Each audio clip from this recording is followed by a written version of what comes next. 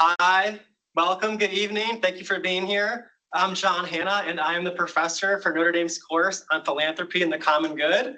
We are so excited to host tonight's Fireside Chat, which is part of the Philanthropy Lab Speaker Series.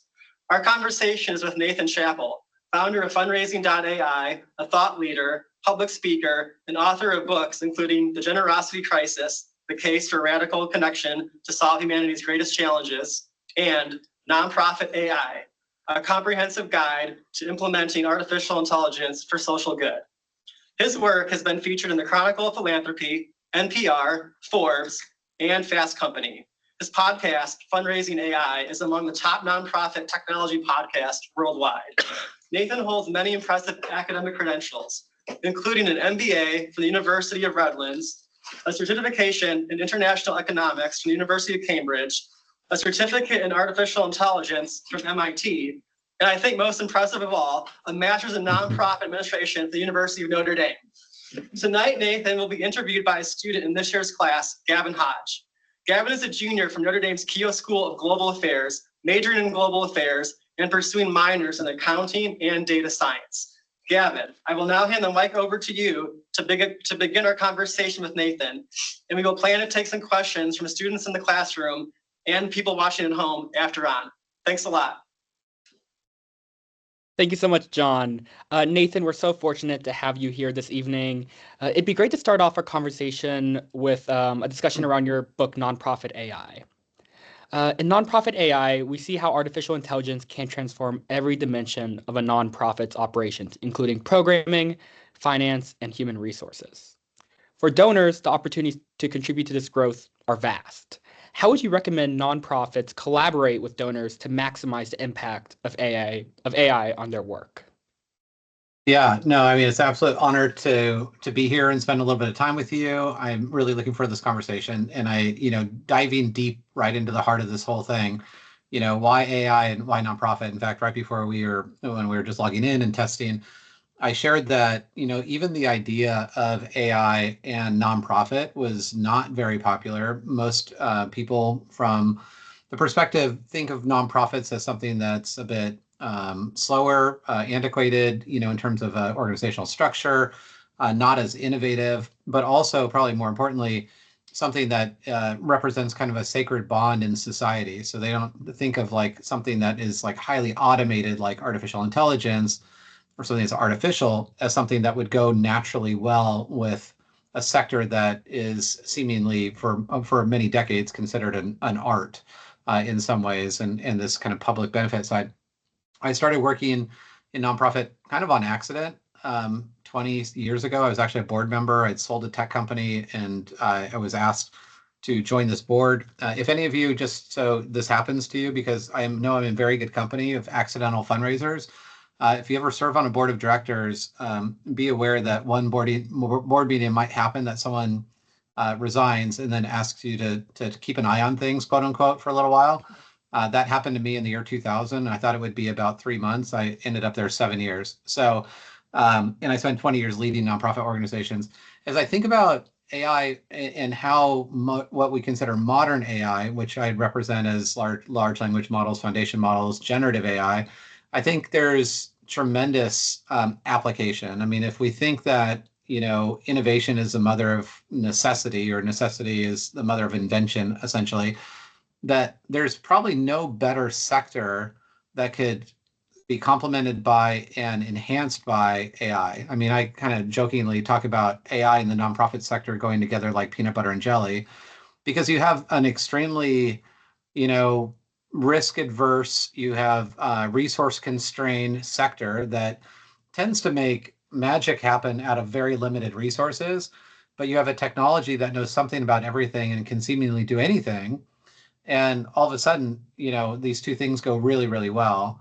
So I think about, to answer the question specifically, like from the donor perspective, the reason why I got really involved on the fundraising side of using AI in generosity early on, because there's a truism in nonprofit organizations, every nonprofit organization, that if there's no money, there's no mission. And that is just a truism that every nonprofit deals with: no money, no mission. And while I saw a tremendous potential for nonprofits to leverage AI for good, there's actually tremendous a chance, like AI is inevitable, essentially the use of AI is inevitable, that it could be used for harm. And so we got really focused on using AI for good in the sense of from a donor perspective. But we realized about 2 years ago that while we made lots of assumptions of using AI for social good, that no one really was talking to donors. So nonprofits were adopting AI, and about 80% of nonprofits have AI adoption pretty high, not strategic, but they're using it in some shadow way. But very, very few are actually collaborating with or talking with donors, to your question. So I funded a study with a friend of mine a year ago where we interviewed 1,000 donors on their perceptions of the use of AI. And we just repeated that study we actually released it, the 2025 study, a week ago. And it turns out, obviously, donors think of nonprofits using AI as something that is very interesting for them.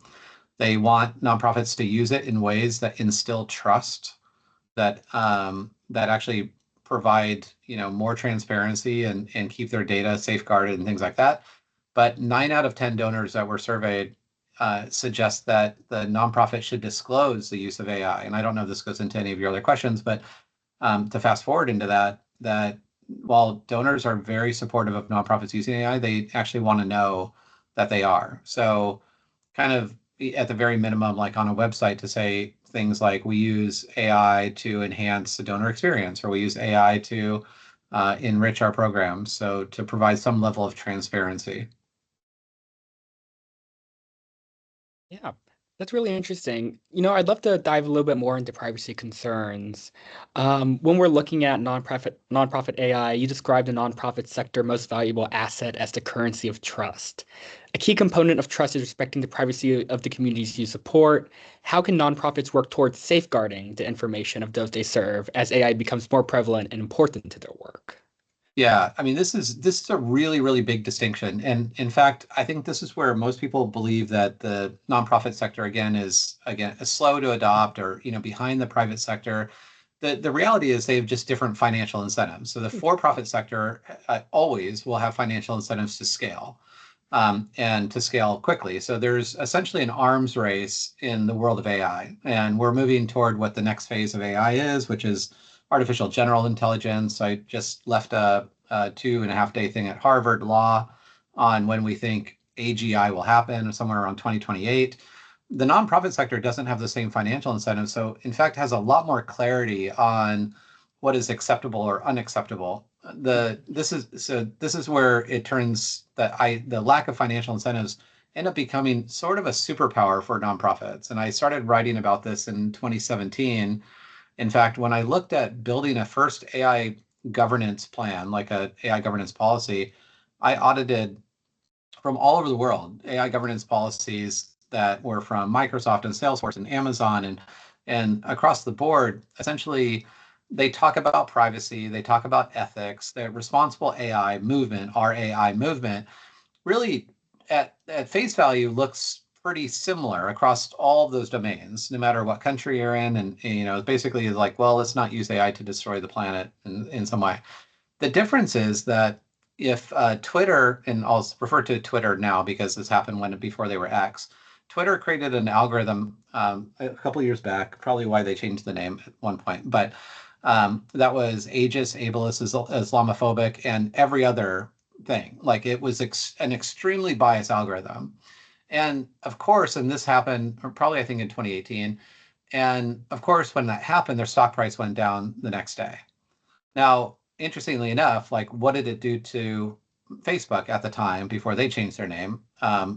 What happened to Facebook's stock? Well, nothing. It didn't affect Facebook at all, right?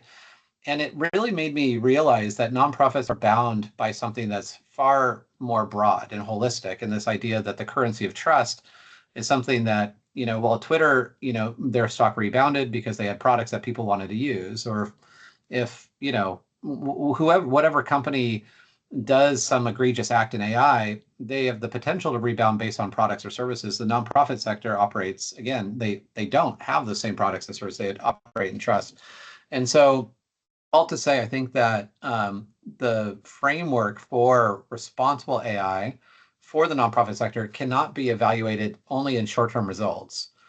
And so we built this small volunteer community. We actually in 2022 thought we could do a virtual conference and we get a couple hundred people to come from around the world and participate in this conversation of like, what does this mean? And we ended up having 5,000 people show up from 120 countries. And we just did our third annual summit a week ago. We had 11,000 people come. And all to say is that the unifying belief is that the nonprofit sector has to evaluate AI based on short-term, so things like privacy, security, ethics, transparency, and authenticity, but also things that have long-term implications, so to mitigate long-term harm.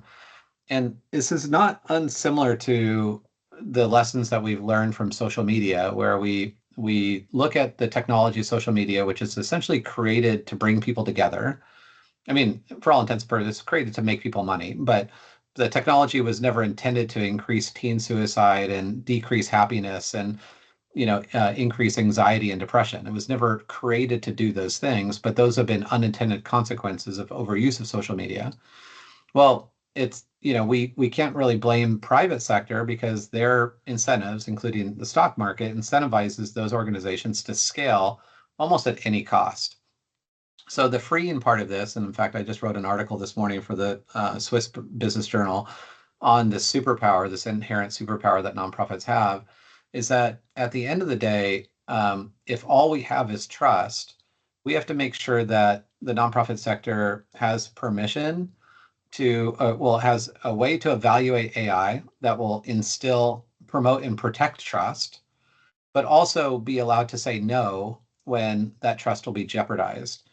And so, when we think about this idea that AI is inevitable, just like, AI is the new electricity, Andrew Ng said back in 2017, it's in and through everything. And this will be the most productive decade in the history of the human species, which Mustafa Solomon talks about, who is on from Google DeepMind. He's with Microsoft now, and talks about this idea of it being the most productive decade in the history of human species, but we have to learn when and how to say no. And that gives us a lot of permission. So when it comes down to privacy and it comes down to trust, the currency of trust, what we really believe is that nonprofits have to hold that trust sacred.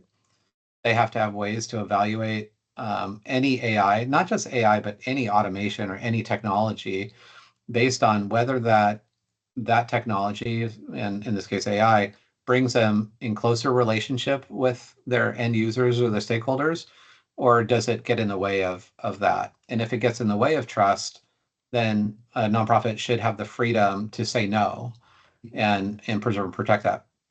I'll tell you, that's not a very popular sentiment. There's people right now building bots that will, in fundraising, that will ask people for money. And, humans are, great at a lot of things. They get sick and they're hard to train, and, you got to keep them accountable. So the financial incentives actually are very strong to actually replace humans with bots. And bots are actually very persuading. In fact, 87% more likely to convince you to take their point of view than a human. And so, from a raising money perspective, we have to ask ourselves a question like, well, what's the difference between asking someone for money and manipulating someone to give? Because a bot that's read every book on consumer behavior and philanthropic psychology and psychology in general will try to achieve its end target, and its end target is to extract a gift from an individual. It will not take in consideration that trust. And so I believe, to just kind of wrap all that up, that trust is actually the most valuable asset that nonprofits have.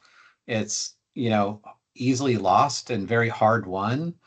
And we will either reverse what we have as basically in the US, Canada, the UK, Australia, we essentially have systemic declines in people participating in their community. So civic participation has been on the decline since essentially World War II. But AI will either reverse that, has potential to reverse it, if we can find ways to instill trust and bring people closer together, or it will absolutely exacerbate those issues and erode generosity and civic participation at a dizzying pace. In my first book, we predicted in 49 years, charitable participation which is giving to a charity, would no longer exist in the U.S. If nothing changes, if we don't mitigate those issues. 49 years could easily be 14 years if we just start replacing humans with bots and manipulating people to give. And so trust is at the center of everything I work in. And frankly, I think it's the one thing that distinguishes the nonprofit sector. In fact, I think it's the kind of a lighthouse where the nonprofit sector can be the guide for every for-profit entity that is looking for deploying AI, not as a cause marketing program or as some kind of afterthought, but as a central aspect of how they do business. Yeah, thank you. Throughout the last answer, you touched on so many different stakeholders involved, whether it be the nonprofits themselves, donors, or the AI companies. But I'd love to zoom in on communities that they serve. And your conversation made me think about this article in the New York Times. In mid-July, they ran an article on a piece they ran a piece on Beverly and Jeff Morris of Newton County, Georgia. And actually, their access to water disappeared when Meta built a data center close to their home that would support Meta's AI development. How can nonprofits work to mitigate the unintended circumstances of their AI use, especially on the environment? Yeah, it's specifically on the environment. It's absolutely kind of insane. In fact, this is the second conversation I've had today on AI and the impact on the environment. In some ways, the same rules apply. It's just because we can doesn't mean we should. But some things are, from a progress perspective, we shouldn't be surprised when the private sector acts predictably. So stock market incentivizes scale. That scale, whatever the limitations of that scale are, will be essentially overcome or worked on. Right now, energy happens to be like the largest impediment to what most of the big AI companies are trying to achieve, which is the third wave of AI, which is artificial superintelligence. So we're in basically baby AI right now. It's like teenager AI. In 2028, around 2028, we'll have artificial general intelligence, which will be an AI that's smarter than any human smarter than a human in any domain. So it can pass any test better than any PhD. But that's not that threatening. When we get to ASI, artificial superintelligence, it'll be smarter than all humans combined. That's a moment. That's actually what the North Star is for most foundation models are aiming toward, outside of Anthropic and some others. But energy is the largest barrier to achieving that.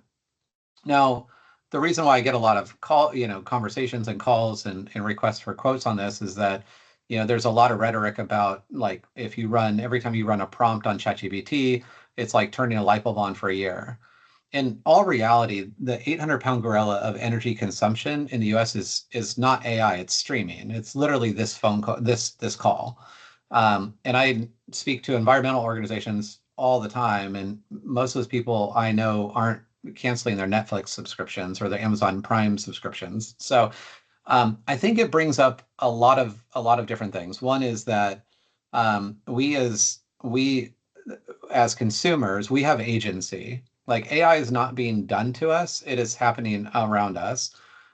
We have agency in what we do. And so we can choose to offset our carbon footprint individually and corporately in thousands of ways, millions of ways. So one is to, if you're going to use AI, which I would say if you don't, it's probably a foregone conclusion that you will not be able to compete in the future world in this exponential race. It's like not using the internet. And this is especially true for nonprofits. If a nonprofit today said, well, we're not going to use the internet because we heard the story about cyberbullying and, there's a kid learned how to build a pipe bomb and, did a lot of harm. Well, I mean, how egregious would that be? Like, a nonprofit would not exist for a day not using the internet. In fact, if the internet was turned off for a day, you'd probably be like, we're just going to take the day off. We're not going to be able to operate.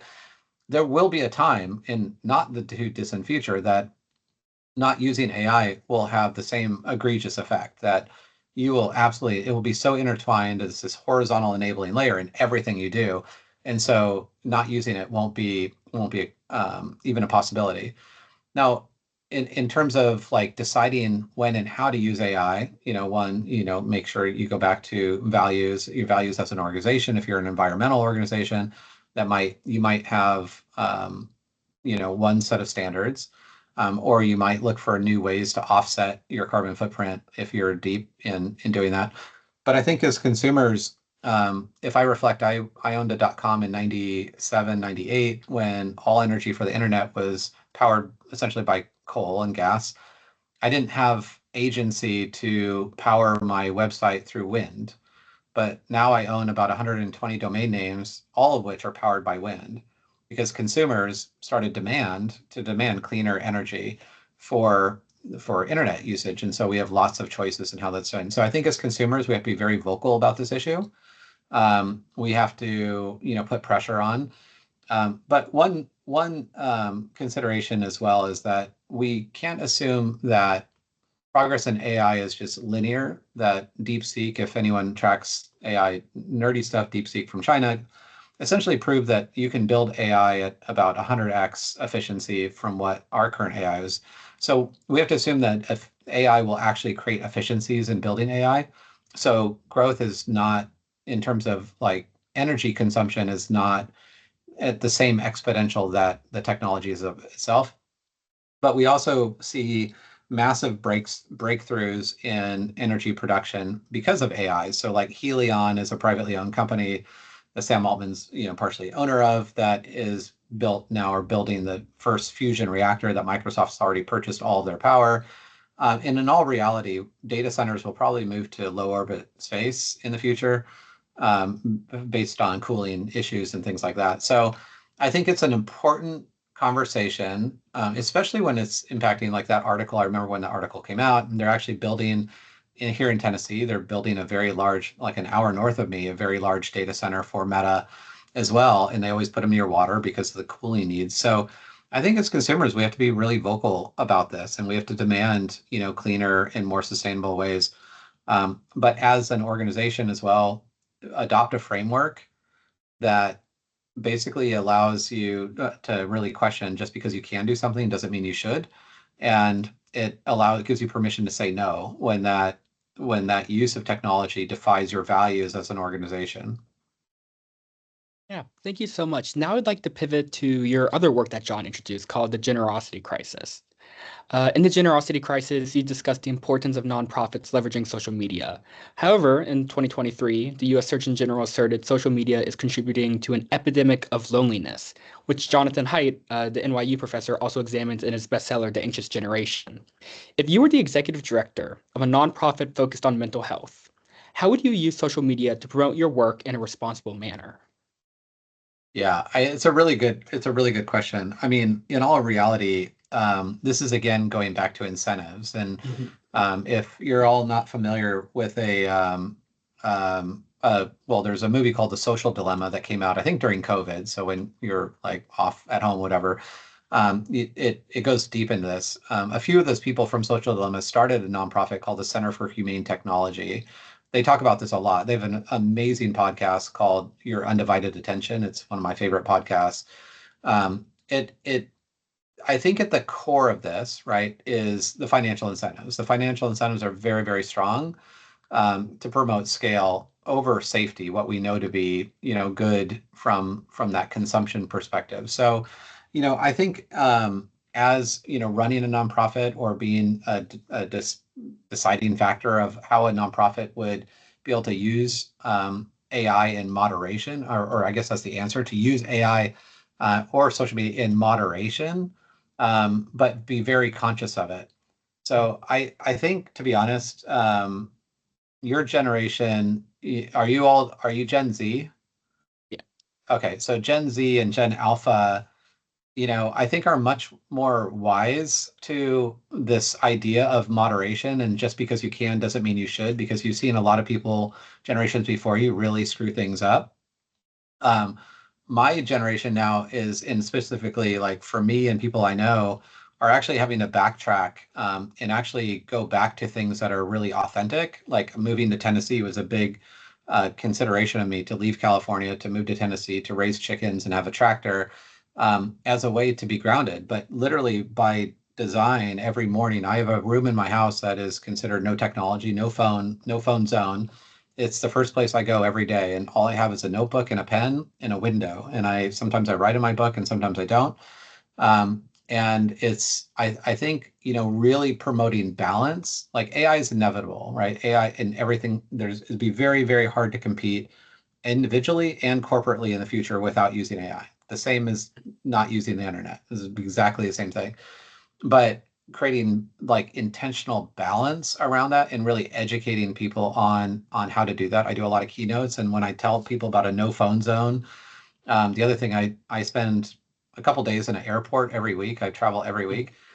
I mean, if you ever want to understand where society is, go to an airport, put your phone in your pocket, and look around, and you'll see 90% of the people from 6 years old to 96 years old all looking down, not talking to each other. The average person scrolls 300 feet on their phone a day. And so, being aware of this, and I think educating people around that awareness, it's so simple, and the lure is so strong because of those financial incentives that people just have to be reminded continuously. Like, take any social media apps, put them like on your fourth page of your phone, put them in a folder, and then turn off alerts so there's no red dot. These are all things that we're having to learn. And then with AI, even more, because what AI represents, which is, again, technology that knows something about everything and can seemingly do anything, also leads to a tremendous amount of opportunity overwhelm, because now everything is possible. So it can actually increase anxiety at a rapid, like a dizzying pace, because if all things are possible, then, not all things are plausible to actually do. Yeah, now I'd like to ask a couple questions looking just at the whole nonprofit and technology landscape before handing off to questions in the classroom. So, as we look back on our conversation, we've discussed both the risks and rewards associated with nonprofits implementing AI into their work. How will technology help to grow the good nonprofits work to bring to the world? Yeah, I mean, I look at AI and nonprofits as a moral imperative. In fact, I I know that it sounds weird, and I told people this in like 2018, and they thought I was the devil. But I'm like, at some point, a nonprofit that chooses not to use AI will be out of business. Like that will just it'd be inevitable. There'll be no way to be able to compete in the future. But the form in which AI takes will look very different. It's just this kind of ever present thing it's in and through everything. This horizontal enabling layer is what they typically call it. And if I look at the headwinds that our sector is facing, so we have systemic declines in charitable giving. Like, when I started fundraising 20 years ago, this is like, I know it seems like a long time ago, but it's really not. From a perspective that when I started fundraising, 2 out of 3 of Americans gave to a nonprofit. That means when I started working a nonprofit on accident, I could walk into any Starbucks and 2 out of 3 people could tell me who their favorite charity was and why. But about 3 years ago, givers became the minority. So now only 46.8% of Americans actually give to 501c3 organization. But we also have, political pressure, societal pressure, and then like just flat out like systemic declines in civic participation in anything like volunteerism and church attendance and things like that. Although this is very interesting because for the first time we're seeing actually, I don't know if you've covered this in any classes, but Bible sales are actually on the increase, and also adult middle-aged men going back to church is weirdly on the rise right now, which is very, very fascinating.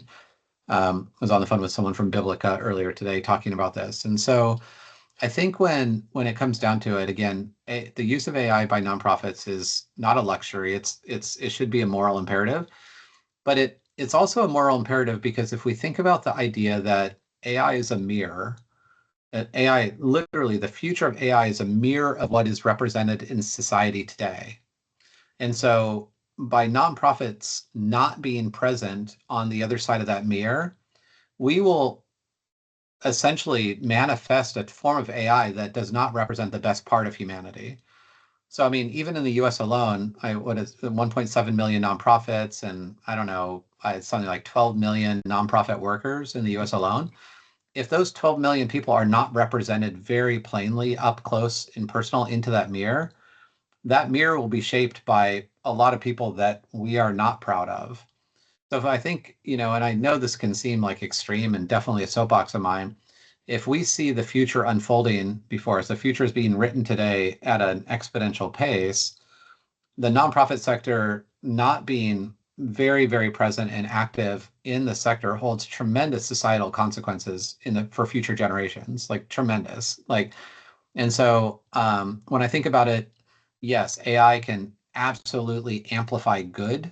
I work with about 200 of the largest charities in America and developed AI systems with them and for them, and amazing organizations that you know about.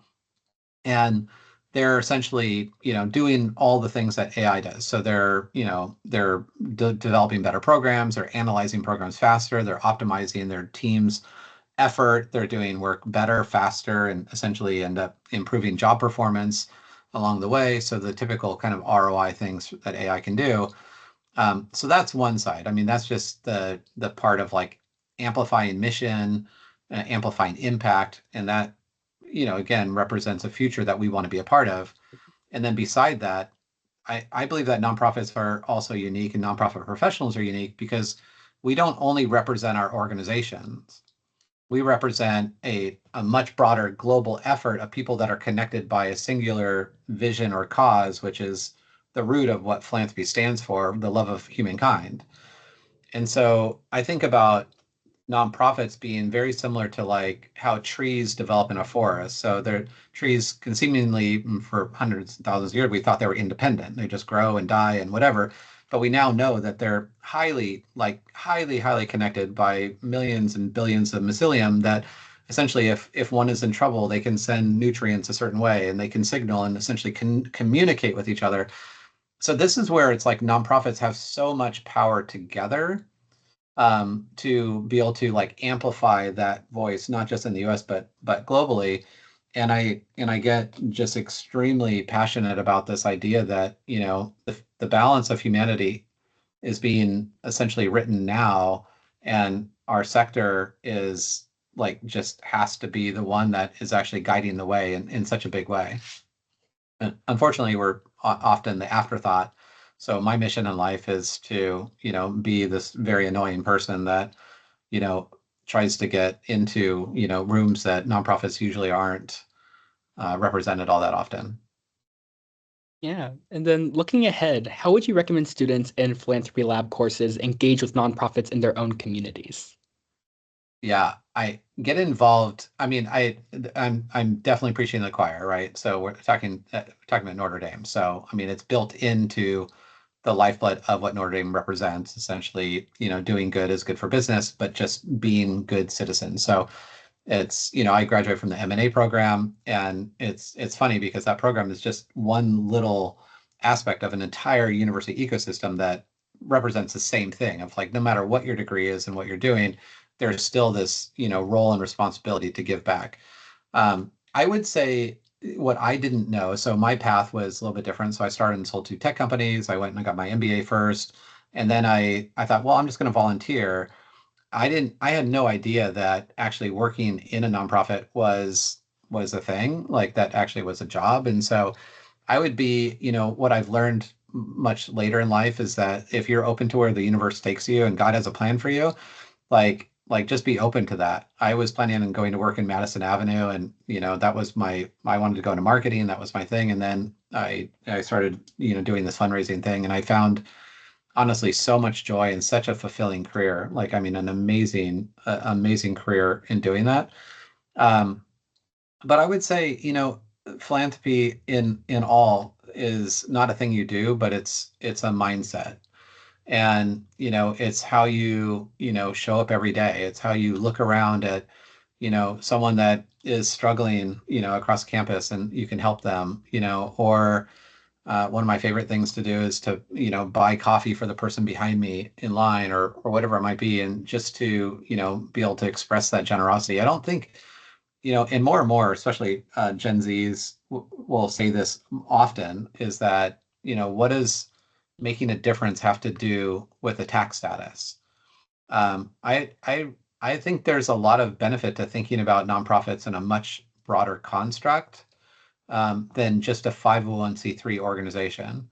Like we think of like GoFundMe. GoFundMe processes 2 transactions per second, 24/7, 90% of which don't go through a nonprofit. So Gen Z often will say, if I want to make a difference, like what does the tax status have to do with that? And so I think that's the most important thing is to not be only constrained by the tax status. In fact, I would be hard pressed not to, if I was creating a nonprofit today, I'd probably create a B corporation because then I'd have access to capital to actually scale an idea. There are so many more ways to amplify impact or to enact impact now than there ever has been.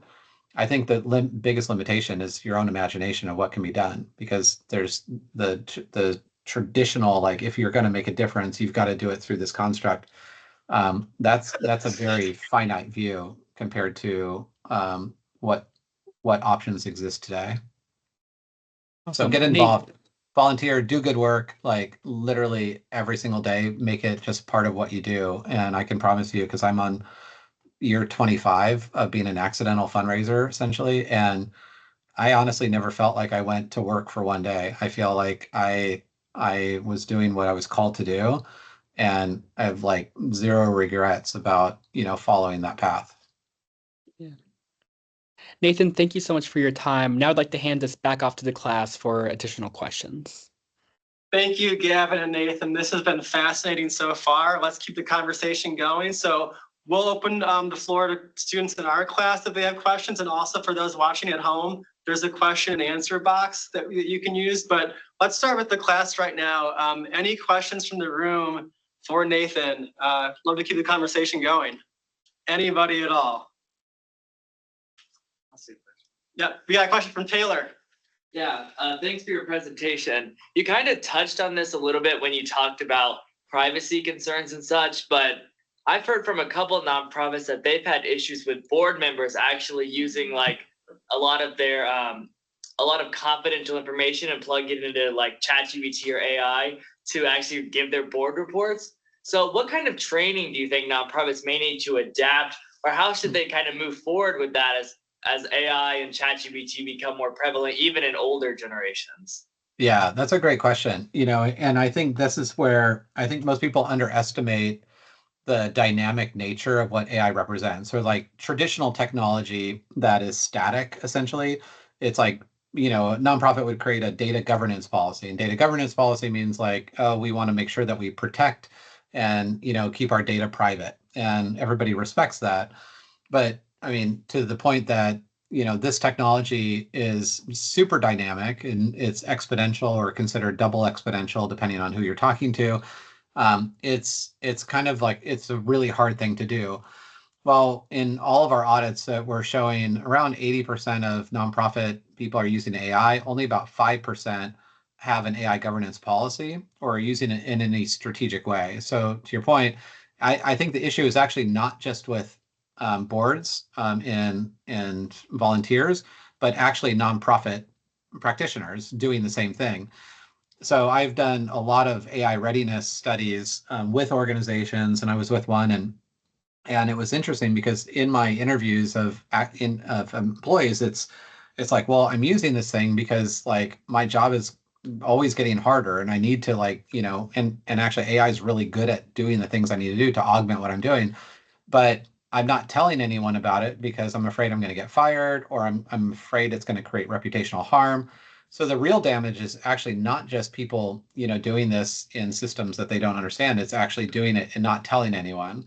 So to answer your question directly, nonprofits need to start with AI governance and AI governance policy. I have a certificate as an AI governance professional from IAPP, and to be honest, like the hardest test I've ever taken in my life, like it's something to be taken really seriously. But it's not hard to do. A nonprofit could actually literally go into ChatGPT, and this is why we did a live demo of this like 2 weeks ago. And give it information about your organization, the values of your organization, ask it to create an AI governance policy, and it will do a really good job of that. Then, what the biggest mistake is, most people will do that and be like, oh, we have this policy and we don't do anything. So I think the difference is with AI, being dynamic is that you're never ready to start, but you're also never done. So you have to do continual training and making sure. I think there's one other truism that most nonprofits vastly underestimate is that if you're not paying for a product, you are the product. And that's not just true with AI, it's any product. So if you ever get a product for free, there's a reason why it's free. Somebody is making money off your brain or your eyeballs. And so while nonprofits now, it's still a very small percentage actually paying for like the $20 a month version for all their team members. But what they get with that is essentially more access to privacy. And so, and even tools like Claude that doesn't retain, or chat where you can turn off train and retain from those.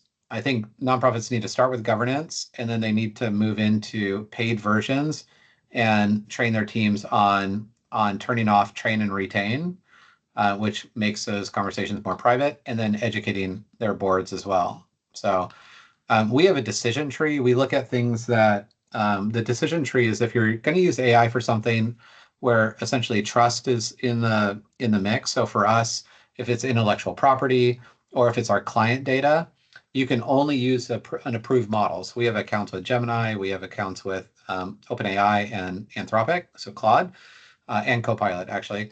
But we want to encourage everyone to experiment with AI all the time. Like we don't want it to be limited just based on those four, but the use of AI for non-sensitive or non-trust-based activities is relegated to those that we're actually paying for. And so I think that's where it's almost a decision tree. If trust is in the mix, make sure that you're using an improved tool. If it's not, experiment. If you want to write a poem about your dog having a picnic on the moon, use whatever tool you want. Use DeepSeek for all I care.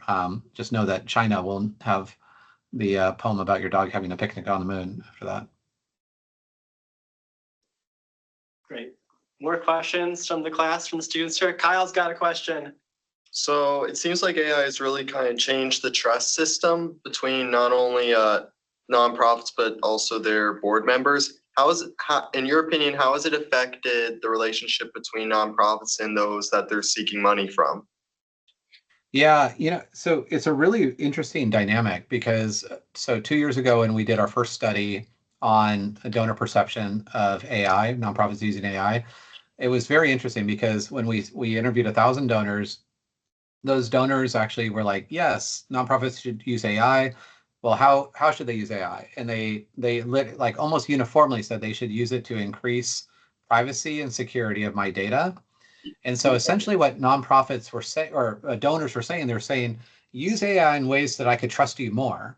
But trust is actually, when you look at trust and where trust lives at the intersection of ethics and competency, donors are saying like, use AI in ways that help us trust you more. And a few years ago, nonprofits actually became trusted less than for-profit entities.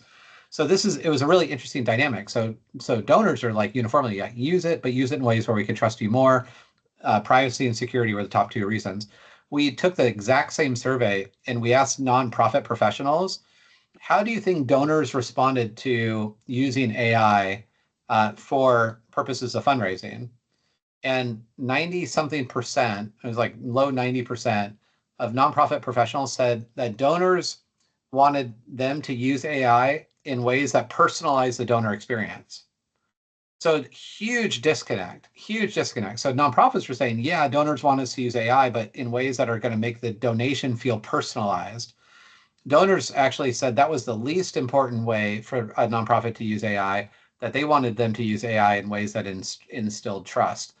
The survey that came out this year, the numbers are still roughly the same, except that not donors now uniformly are saying, yes, using AI, fundraising is actually the lowest ranked aspect that donors are wanting to use AI, but 9 out of 10 donors said that while AI is appropriate, that they need to disclose the use of AI on their website, which if 5% of nonprofits are doing that right now, I'd be shocked, actually. Interesting. Any more questions? Yeah, great questions. Good questions. Anyone else? Sure, there's at least one more from the class. Someone's got to have one. You're thinking, yeah. Let's go ahead, Yeah. Monica.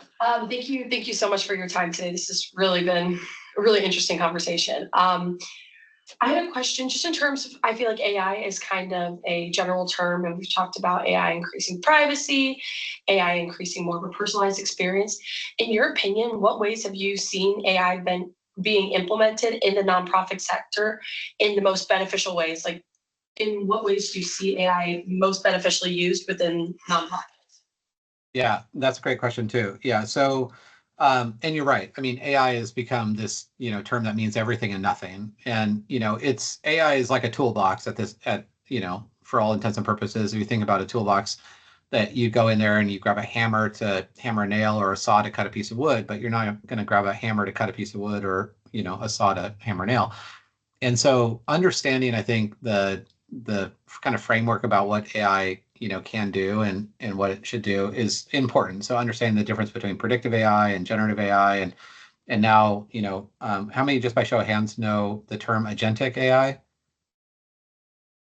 No show of hands. Okay, so every for-profit company right now is obsessed with what's considered agentic AI, and I find it super ironic that Microsoft owns 50% of OpenAI, but Microsoft Word still thinks agentic is a typo.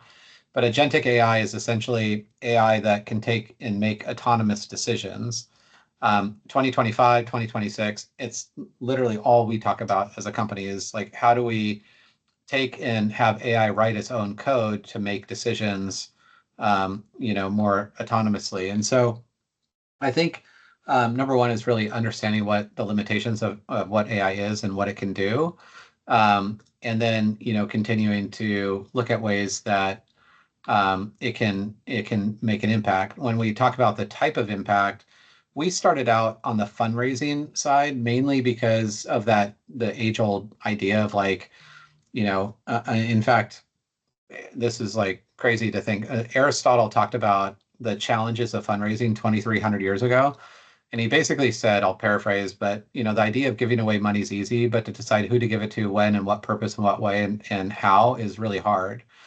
And so going back to that phrase of like no money, no mission, the way that most nonprofits probably first entered into the AI game was about how to raise more money. So predictive AI, so that first part of the toolbox, machine learning and deep learning, became really, really good. And that's the area that I got involved in 2017, where I was working at a cancer hospital. We had 2 million patient visits a year. Only 2% of our patients made a gift. And that's actually a national statistic for all hospitals. Only 2% of patients ever make a gift to the hospital that they're going to.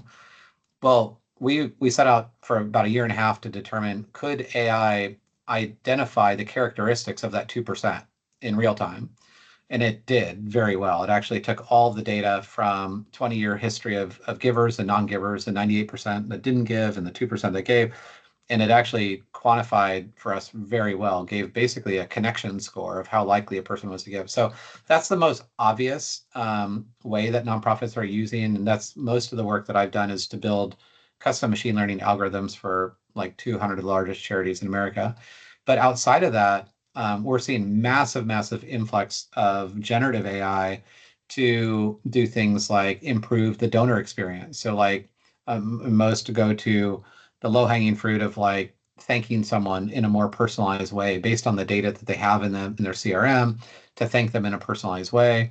We've built AI agents that basically let you do research. So it's like if I'm going to ask someone for money, well, wouldn't it be great instead of going on to Google and having to like spend hours to distill, information about a person? Well, what if I could use deep research in chat or in Claude or Gemini and be able to get that dossier or that profile? So that, and then I would say the other really big use cases are about program development and program measurement. Are very natural, obvious use cases. And then grant writing is also, for foundations, it's hard because there's a massive influx in grant applications. But in actually foundations like McGovern Foundation have created an open source tool of evaluating grants with less bias. So it's almost a plethora of ways. In fact, if anyone, I assume you're all on LinkedIn, and if you're not, you should be. If you're interested in a copy of Nonprofit AI, so my latest book, I can send you a PDF. Just send me a LinkedIn DM and I'll attach it in LinkedIn. And and then you'll have one more connection that you'll definitely want when you graduate. Not that you That's want my very- connection, but you want more connections when you graduate, trust me. So That's very generous. Can we get one more question from the class before we say goodnight to Nathan? Anyone at all? Any questions? Someone's got to have one. Okay, last question. Mia, take us home. So going off Monica's question just now, and you talked about how there are definitely ways that nonprofits can use AI for good. Are there any examples that you have of current nonprofits that are actually using it right now, and why their strategy with AI is so effective? yeah, actually it'll bring up a whole piece that I haven't talked about yet. So out of the 200 nonprofits and I've worked with the like enterprise level nonprofits, so like World Vision and Shriners and Vanderbilt and University of Michigan and not Notre Dame. But when I reflect on working with those organizations since like 2018, about 50% have succeeded wildly and about 50% have failed wildly. And I spent a lot of time this last year reflecting on why that is. Like the process that we with machine learning, deep learning, the process is very formulaic. The data is always different. But you establish a target, you build models, there's lots of best practices in how you evaluate models and you operationalize. So why were 50%, why did they fail? And I realized that a vast majority, I'd say 70% of success in AI has nothing to do with data and models. It has to do with people and culture. And so organizations that are very successful in the age of AI essentially are reframing, not spending more money faster than anyone else. They're reframing the way they do business. They're reframing the way they think. And the biggest limitation to success in the AI age is your own imagination. And I spent a lot more time reflecting on this because the wisdom of AI told us that jobs that required strategy, creativity, and empathy would not ever be replaced by AI. That was true up until 2022. And what is true now is that AI can not be empathetic, but it can pretend to be very empathetic, more empathetic than most of my friends. It can be far more creative than most of the creative people I've ever met and far more strategic. And so, what I'm seeing with the organizations that are succeeding wildly and really amplifying their mission at scale, like the FarmLink project I'm on the board for the FarmLink project.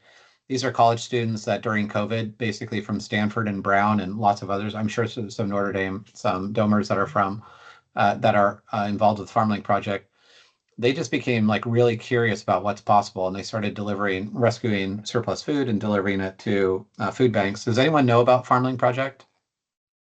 No. So check out literally farmlinkproject.org.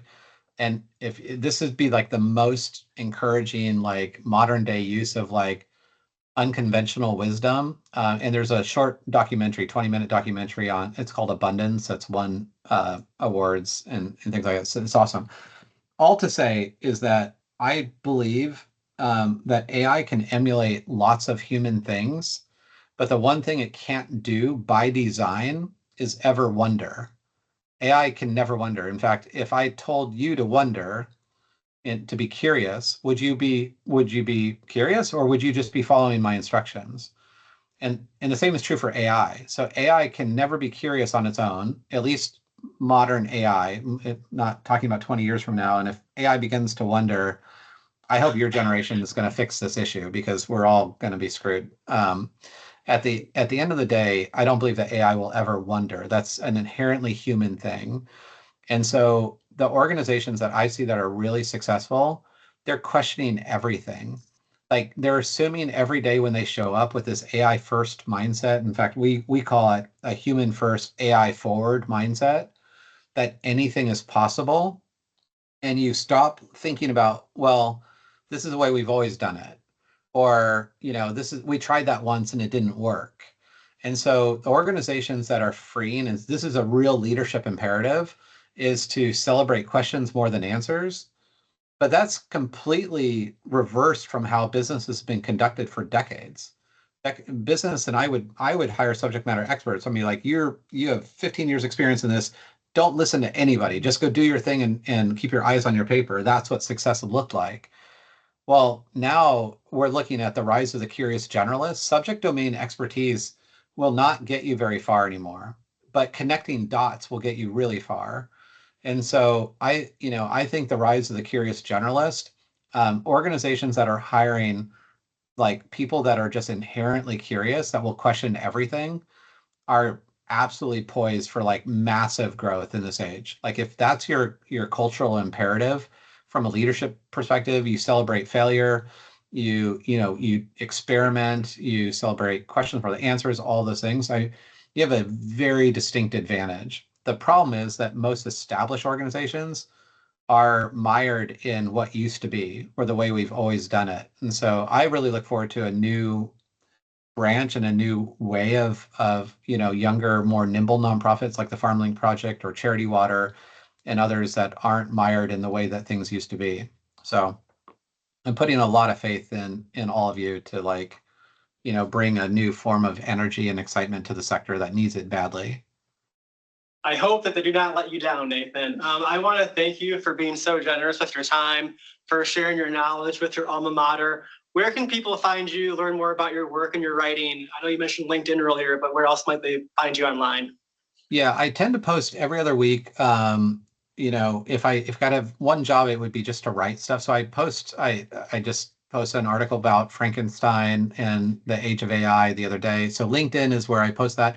But my website, nathanchappell.com, is actually also good because both of my books, so I've used Notebook LM. I don't know if you've used Notebook LM, but Notebook LM, I have 2 audio versions. So each of my books are loaded as an 18-minute podcast each on my website, entirely free. So you don't even need to read it.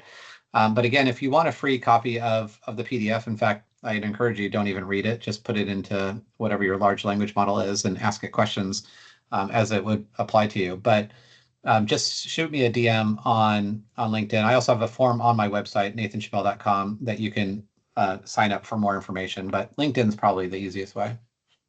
Thank you so much, Nathan. I also want to thank the Philanthropy Lab for inviting us to be part of the speaker series tonight. Can we get a Notre Dame round of applause for Nathan? Yeah, Just absolutely. When you're back in South Bend, maybe for a football game, we'd love to see you in person. I would love it. Absolute honor. I get so encouraged by all of you, and it actually gives me a lot of hope in the future of humanity. So thank you for making my evening for sure. Thanks a lot, Nathan. Good night, everyone. Appreciate it.